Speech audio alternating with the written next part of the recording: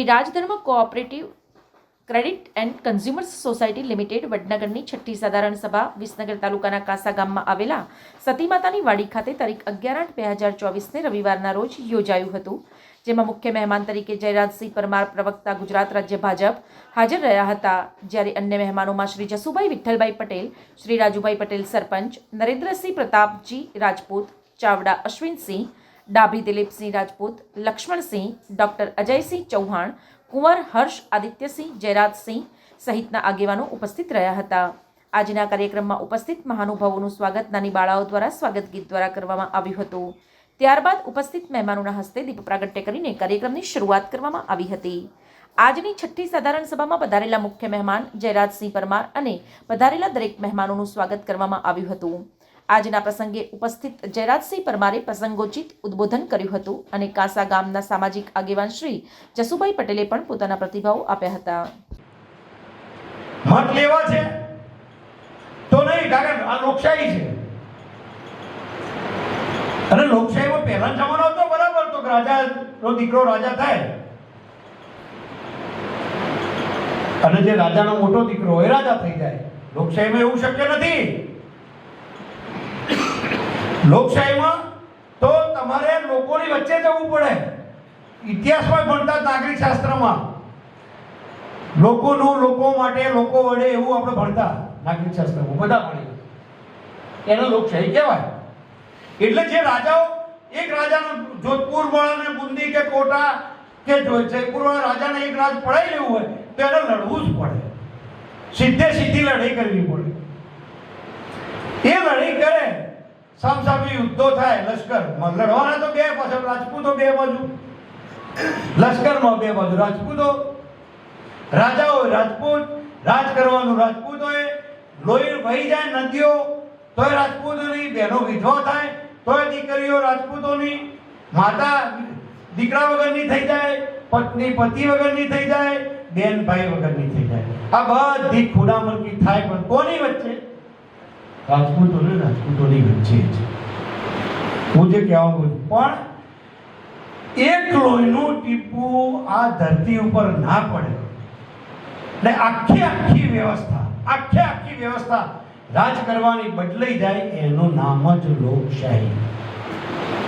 અને એ લોકશાહીમાં તમારે લોકો પાસે જવું પડે। તમે ગમે તેટલા મોટા ભૂપ હોય, ગમે તેટલા મોટા પૈસાવાળા હોય, ગમે તેટલા મોટા રાજનેતા હોય કે ગમે તેટલા મોટા અધિકારી કલેક્ટર હોય, તમારે લોકશાહીમાં લોકો પાસે જવું પડે। એકે એક સંસ્થાઓને પોતાની ગણી, પોતાની વૈમનસ્ય નહીં। મને યાદ છે, હું 21 વર્ષનો 22 વર્ષનો હતો, દિલીપભાઈ, હું સરકારે મને લાલ બત્તીવાળી ગાડી આપી હતી મારી 22 વર્ષની ઉંમરે ફૂડ ડગમાં।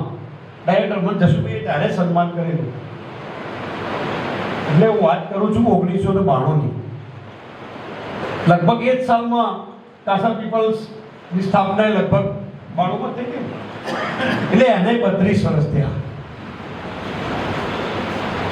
દરેક સંસ્થામાં પ્રતિનિધિત્વ, આખો સામાજિક સૌહાર્દ એટલે તાણાવાણા પ્રસંગોમાં એકબીજા, હું પેલી બાજુ મોરલિયા પાટીદાર સમાજ, આ બાજુ શેઠિયા સમાજ, બીજા બધા ઘણા છે, બધી જાનોમાં ગયા હોય। આપણી બાજુ આપણે જે રહીએ છીએ આ બાજુ 11નો સમાજ છે, તો 11ના સમાજના ગામ કયા હોય આપણને ખબર છે, જોનોમાં ગયા હોય આવ્યો, તો આ બધાના થકી જે પરિવર્તન છે એ જે કહેવા માંગુ છે હવે વાત કરું, એ આવા આગેવાનો થકી થાય। જ્યાં સુધી લોકોને વિશ્વાસ સંપાદન નહીં થાય ત્યાં સુધી સભાસદો પણ નહીં બને।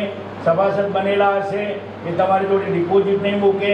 અને હું માનું છું ત્યાં સુધી જે બોર્ડ મેમ્બરને મારી એક જ સલાહ છે, મને આત્મામ કાકા એક શબ્દ કહેલો જયરાજભાઈ, ક્રેડિટ સોસાયટીના ઉદ્ઘાટનમાં આત્મામ કાકાને અહીંયા બોલાવેલા, ને મને એવું કહ્યું કે તમે રાતમાં ધિરાણ કરજો, તમને એવું લાગે તો કરવા જેવું ધિરાણ તમે રાતમાં એને પૈસા આપજો, પણ લેવા માટે કોરી ઓંખ રાખજો।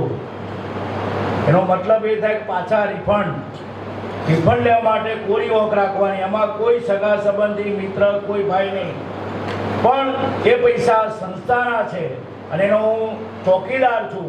એ ભાવનાથી જો આ સંસ્થા કામ કરશે તો એ અમારી ક્રેડિટ સોસાયટી 32 વર્ષથી આજે 35 કરોડ ડિપોઝિટે પહોંચ્યા છે. 50 લાખ રૂપિયાનું ધિરાણ અમે આપીએ છીએ. અને અમારા ગામના બધા મિત્રોને અહીંયા ખબર છે, આ વિકાસપુર ભાઈ અમને કહે છે એનું જો કોઈ મૂળ કારણ હોય એ મારી આ પીપલ્સ ક્રેડિટ સોસાયટી છે. કારણ કે ક્રેડિટ સોસાયટીમાંથી જે કંઈ નફો થાય એ મેં ગામના વિકાસ માટે વાપર્યું. આજે 32 વર્ષમાં અમે જે વર્ષે શરૂઆતના 10 વર્ષને બાદ કરીએ તો પાછલા 22 વર્ષમાં 1 કરોડ ને 20 લાખ રૂપિયા ગામમાં અમે સેવાના કામમાં, સામાજિક સંસ્થાઓમાં, આવી બનતી સંસ્થાઓમાં પણ અમે પૈસા આપેલા છે. આ સંસ્થા પણ રજીસ્ટર હતી ત્યારે પણ મેં 25,000 રૂપિયા ઓડિટરની ચિંતા કર્યા સિવાય સંસ્થાઓમાં મેં આપ્યા છે. આવી અનેક કોઈ પણ જાતિ જ્ઞાતિના વિવાદ સિવાય ગામની સંસ્થા ગામની સંસ્થાઓ માટે કામ કરે અને ઉજાગર કરીને લોકોના સેવા માટે કામ કરતા હોય એને ક્યાંય પાછી પાની કર્યા સિવાય આ ફંડ આપવાની અમે જોગવાઈ કરીએ. મિત્રો, હું એટલા માટે આ કહું કે આ જે કંઈ આજે વટવૃક્ષ થવા માટે આજે બીજદાન થયું છે, એનું બીજ વાવ્યું છે, એનું તમારે આવતા દિવસોમાં ચોક્કસ વટવૃક્ષ થવાનું. એ પણ એને આ જ માધ્યમથી તમે સમાજના છેવાડાના તમારા પરિવારોને, એમના દીકરા દીકરીઓને શિક્ષણ માટે, ઉચ્ચ શિક્ષણ માટે, એમને ધંધા માટે તમે નાની મોટી લોન આપીએ અને એ લોનમાંથી એ પરિવાર ઉગરી જાય તો એ પરિવારનું મોટું કામ આ સંસ્થાએ કર્યું ગણાય. હું માનું છું ત્યાં સુધી અમે એવા અનેક પરિવારો ગામમાં લોકોને રિક્ષા લઈ આપી, મેટાડો લઈ આપ્યો, ટ્રકો લઈ આપી, ટ્રેક્ટર લઈ આપ્યા અને એમાંથી આજે પરિવારો એટલા બધા સદ્ધર થઈ ગયા અને આપણે આજે લોનની જરૂર નથી. એ લોકો આજે ડિપોઝિટ કરે અને ડિપોઝિટના કારણે અમે બીજા લોકોને પણ ધિરાણ કરી શકીએ. અહીંયા સ્ટેજ ઉપરના બધા મહાનુભાવોને ખાસ કરીને હું પીરવાઈની ક્રેડિટ સોસાયટીમાં પણ ગયો હતો અને એ વખતે શંકરસિંહ બાપુ અને જયરાજસિંહ પણ ઉપસ્થિત હતા. એ પણ સારામાં સારી તમારા સમાજની ક્રેડિટ સોસાયટી આજથી 25 વર્ષ પૂરા થયા એમની ઉજવણી કરી. એવું નથી કે તમારા સમાજમાં આવી ક્રેડિટ સોસાયટીઓ નથી. એ ક્રેડિટ સોસાયટી પણ ઉત્તર પ્રગતિ કરે છે. એ જ પણ અમારી રસ્તા અમારા જ પ્રમાણે એમના ગામના વિકાસમાં કામ એ ક્રેડિટ સોસાયટી ફંડ આપે છે. એ પ્રમાણે આ તમે જો 7 ગોળ સમાજની આ ક્રેડિટ સોસાયટી બનાવી હોય તો હું તમને ખૂબ ધન્યવાદ આપું છું.